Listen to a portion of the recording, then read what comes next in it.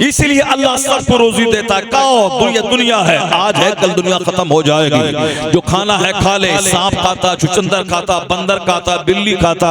इससे ज्यादा दौलत कमाने का मतलब ये नहीं कि अल्लाह हमसे राजी है। हमारे पास 50 मंजिला घर है तो अल्लाह हमसे राजी है। तुमसे ज्यादा मकान अल्लाह काफिरों को देता है। जो शराब पीता उसको देता है, जो ज़िना करता उसको देता है, जो डूम है उसको देता है, जो नाफरमान है, नास्तिक है, अल्लाह का मुनकिर है, उसको अल्लाह बेपनाह दौलतें देता है। दुनिया खूब नवाजता है। उसके पास बहुत बड़ी बड़ी फैक्ट्रीज होती हैं, खरबों में वो खेलता है। 10-10, 20-20 हजार नौकर गुलाम के कारखाने में काम करते हैं।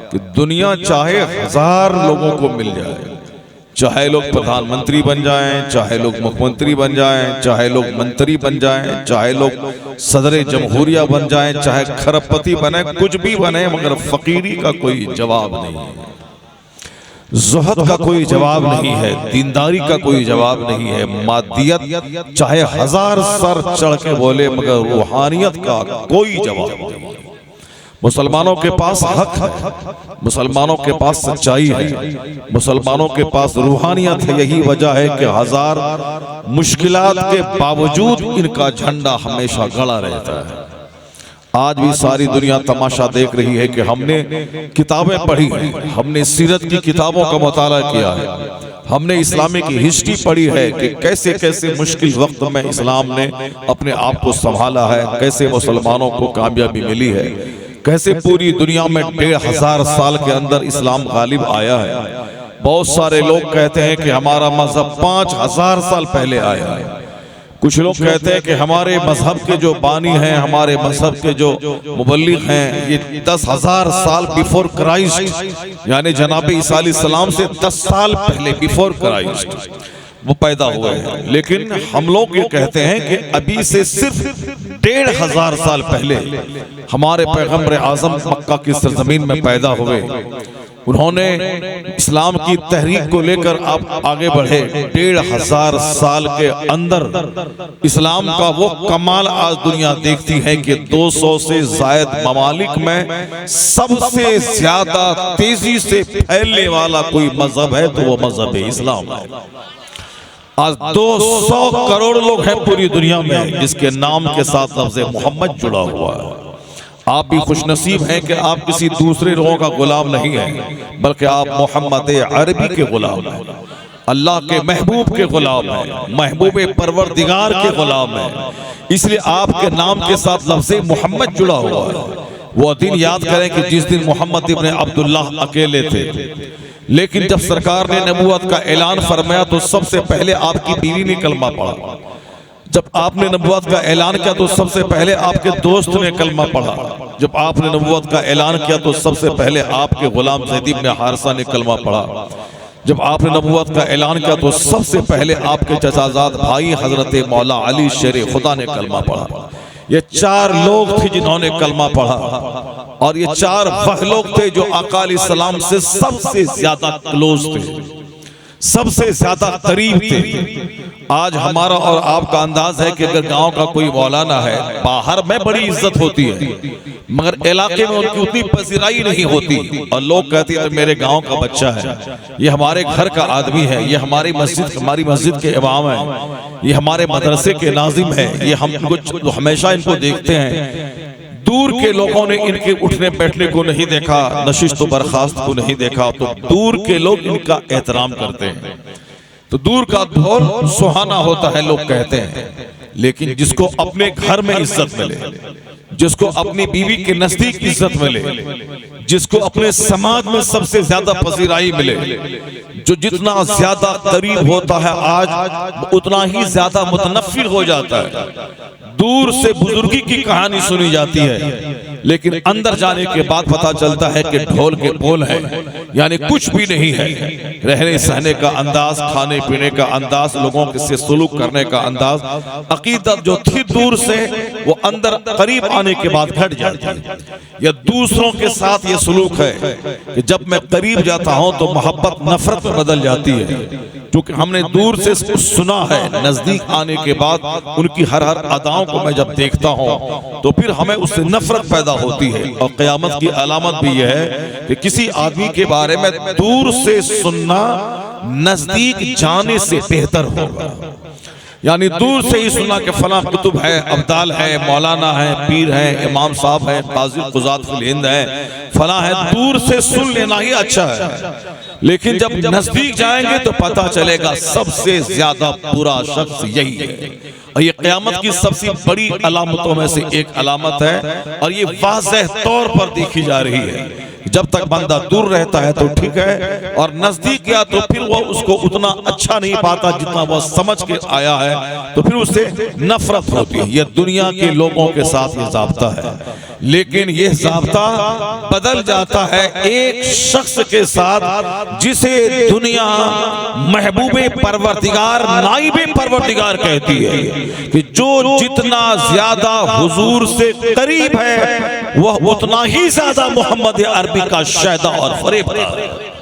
सरकार दो जहां सलाम के सबसे करीब आपकी बीवी थी, तो हुजूर ने सबसे पहले दीन जब पेश किया, बाहर के लोगों ने बाद में झुठलाया, नबी है कि नहीं है लोगों ने शक किया, मगर आपकी बीवी जनाब खदीजा ने सबसे पहले बिला चूनो चुरा आपका कलमा पढ़ लिया।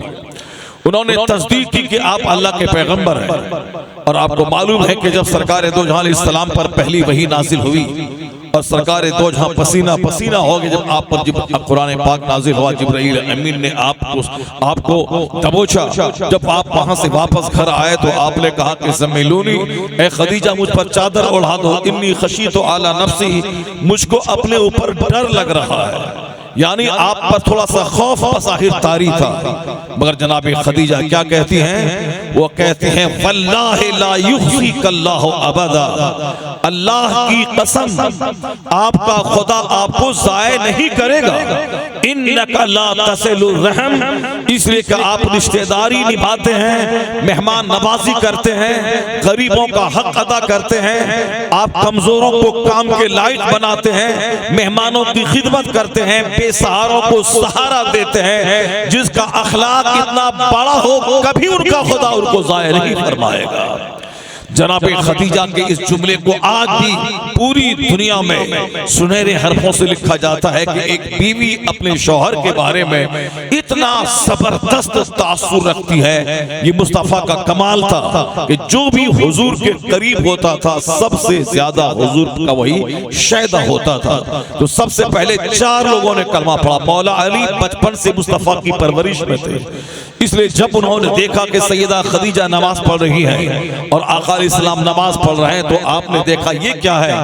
आप सरकार ने फरमाया कि अली ये मजहब इस्लाम का कानून है, मैं अल्लाह का नबी हूँ। कहा मैं ईमान ले आऊँ, कहा थोड़ा ठहर जाओ। मौला अली बगैर किसी चूचुरा के सरकार दो जहां को लाजवाब पाया था, और जैसे ही नबूवत की बात सुनी फौरी मुस्तफ़ा का कलमा पढ़ के मोमिन हो गया। और एक गुलाम ज़ैद इब्न हारिसा था जो हमेशा आपकी खिदमत में रहता था, और एक दोस्त सिद्दीक़ अकबर थे जो दौरे जाहिलियत में भी सरकार के दोस्त थे, सरकार के पास आते थे, बैठते थे। उन्होंने हुजूर को बचपन से देखा था, इसलिए जब भी पता चला कि आपने ऐलान किया कि मैं अल्लाह का पैगंबर हूं, तो आम लोगों में सबसे पहले सिद्दीक़ अकबर ने कलमा पढ़ा और हुजूर की गुलामी में वो दाखिल हुए। ये 4 लोग थे। जब मक्का वालों को पता चला, उन लोगों ने कहा कि अब ये तो गजब हो गया, हमारे बुतों को बुरा भला कहा जा रहा है और एक नए दीन का इन्होंने नए दीन की शुरुआत इन्होंने कर दी है, अब हम इसे आगे नहीं बढ़ने देंगे। उन लोगों ने दुश्मनी की, मगर इस्लाम का एजाज है, इस्लाम का तुर्रे इम्तियाज है, ये इस्लाम की हक़ानियत की दलील है कि मुखालिफत जब वहां से शुरू हुई, लोगों ने मुखालिफत शुरू किया। मैं एक जबरदस्त कंफ्यूजन का इलाज आपको दे रहा हूं। चूंकि आज लोग किताब पढ़ते नहीं, वो अपनी अक्ल पे भरोसा करके मजहब इस्लाम को तौलना चाहते हैं, इसलिए वो कंफ्यूजन के शिकार हो जाते हैं कि पता नहीं इस्लाम का मुस्तकबिल कैसा है। हिंदुस्तान की फजाओं को देखा नर्वस हो गए, इजराइल की फजाओं को देखा नर्वस हो गए, अमेरिका यूरोप की बदज़बानी को सुना नर्वस हो गए, अपने लुच्चे लफंगे नौजवानों को इस्लाम से बरगश्ता होता हुआ देखा लोग नर्वस हो गए, अपने मौलवियों को बदअमल देखा लोग नर्वस हो गए, नेताओं को इस्लाम के खिलाफ जुल्म ढाते देखा लोग बरगश्ता हो गए, लोग कंफ्यूजन के शिकार हो गए। चाहे कोई नेता हो, इस्लाम उसका मोहताज नहीं। नहीं, चाहे कोई मौलवी हो इस्लाम उसका मोहताज नहीं, चाहे कोई पीर फकीर हो इस्लाम उसका मोहताज नहीं।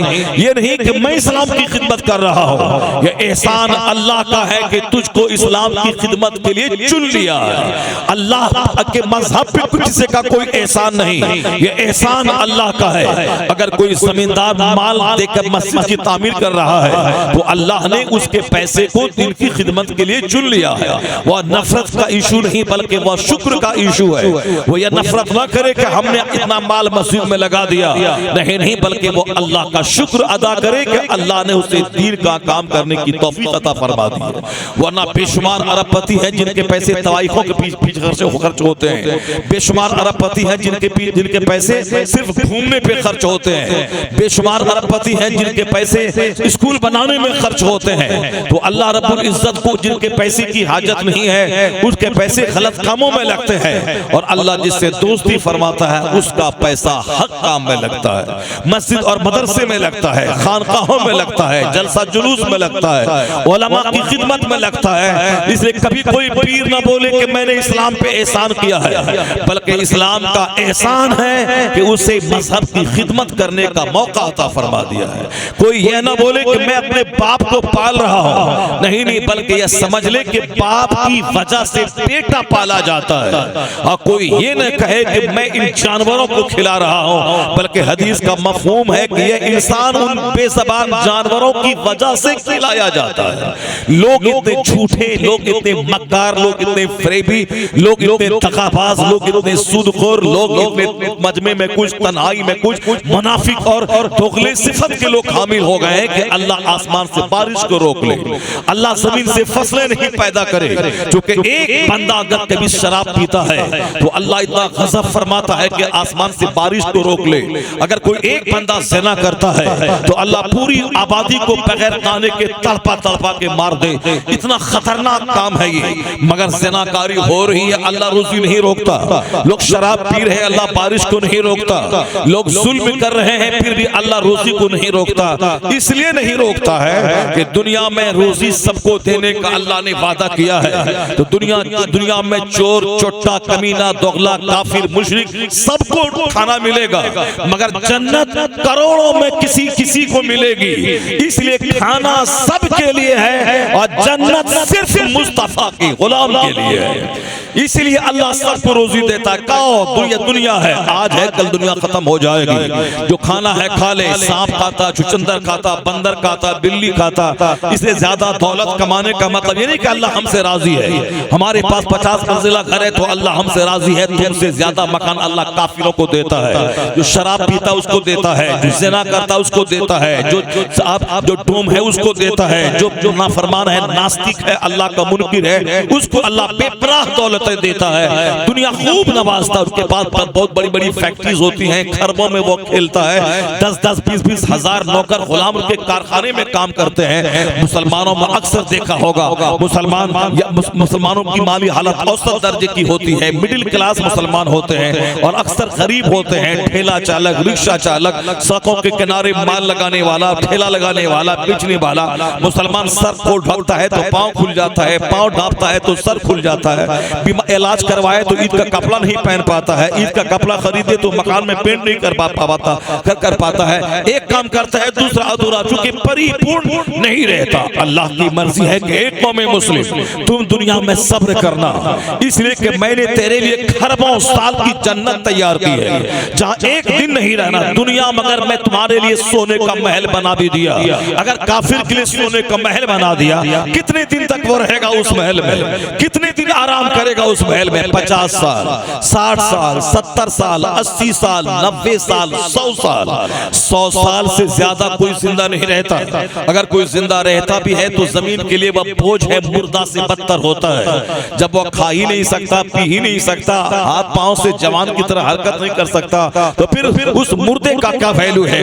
100 साल के अंदर भी आदमी 50 के बाद बीमार ही रहता है। 50 साल के बाद जब से पहले बंदा टंच रहता है, आंख सलामत, दांत सलामत, जबान सलामत, लीवर सलामत, किडनी सलामत, हाथ पांव सलामत। लेकिन 50 के बाद कभी दांत में दर्द है, कभी आंख में दर्द है, कभी सर में दर्द है, कभी पेट में दर्द है, कभी किडनी में दर्द है, कभी इंटेस्टाइन आंख में दर्द है, कभी घुटने में दर्द है, कभी टखने में दर्द है, आह करते कराहते हुए 70-80 साल होते होते बंदा मर जाता है, अब फिर 2 गज जमीन में जाके दफन हो जाता है 100 साल के अंदर। और अल्लाह के नजदीक 100 साल 1 मिनट है। अल्लाह कहता है अगर मैं इन काफिरों को सोने का मकान भी दे दूं तो कितने दिन तक उसमें रहेगा वो? 100 साल।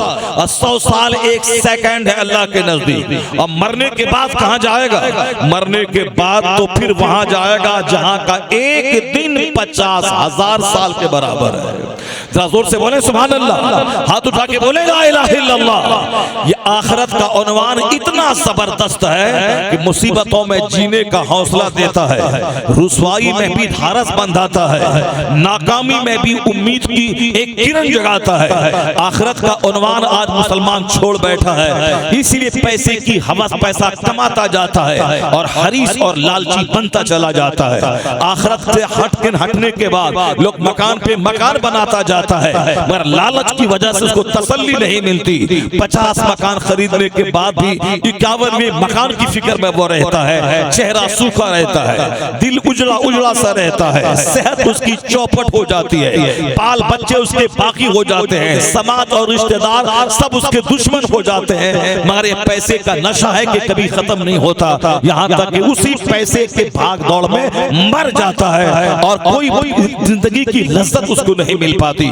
ये हाल मुसलमान का आखिरत का उन्वान कि हमें मरना है, रब को मुंह दिखाना है, जहां का एक दिन 50,000 साल के बराबर होगा, उसके सामने दुनिया का 100 साल 1 सेकंड है। तो 1 सेकंड जैसे तैसे गुजार लो, अल्लाह खरबों की जन्नत दे दे तो सारी मुश्किलात हल हो जाएंगी। दुनिया में जितनी मुश्किल आई सब एक लख्त बंदा भूल जाएगा। इसलिए हमें दुनिया नहीं चाहिए। अगर दुनिया में अल्लाह सोने का मकान हमको दे दिया, अगर ईमान की दौलत हमसे छीन लिया, तो फिर वह सोने की दौलत भी हमारे लिए आग से कम नहीं है। कितने दिन तक मैं आराम करूं? ये सारा उन्वान खोल खोल कर कुरान शरीफ में अल्लाह ने बयान किया है। हमने गौर नहीं किया, हम सिर्फ दुनियादारों का चेहरा देखते हैं और माल की हवस में लालायित और गिरफ्तार हो जाते हैं। हमने कभी अल्लाह वालों का चेहरा नहीं देखा, जो मज़ारात के अंदर हैं उनको हमने नहीं देखा, जो उन मज़ारात के बाहर उसके मिशन पे चलते हैं हमने उनको नहीं देखा। अलबत्ता ये बात है कि जो मज़ार के अंदर है वो हमारे लिए ज्यादा मॉडल है, और जो मज़ार से बाहर हैं उसमें तो बेशुमार फितने हैं इस दुनिया में।